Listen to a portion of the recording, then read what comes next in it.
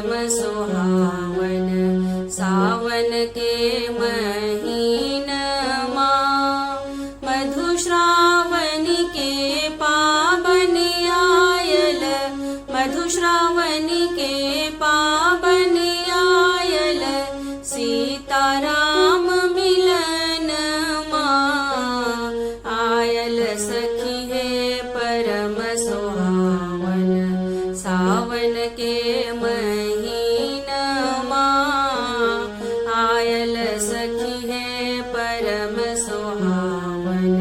सावन के महीनमा भरी भरी डाली फूल लोढ़ी लायब, गजरा गूथब प्रेम सा, गजरा गूथब प्रेम सा।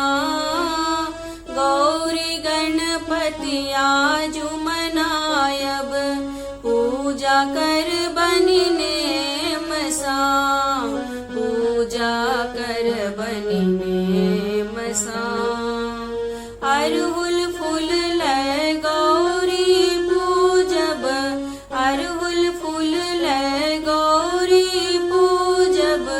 बेली से नाग नगिनिया आयल सखी है परम सुहावन।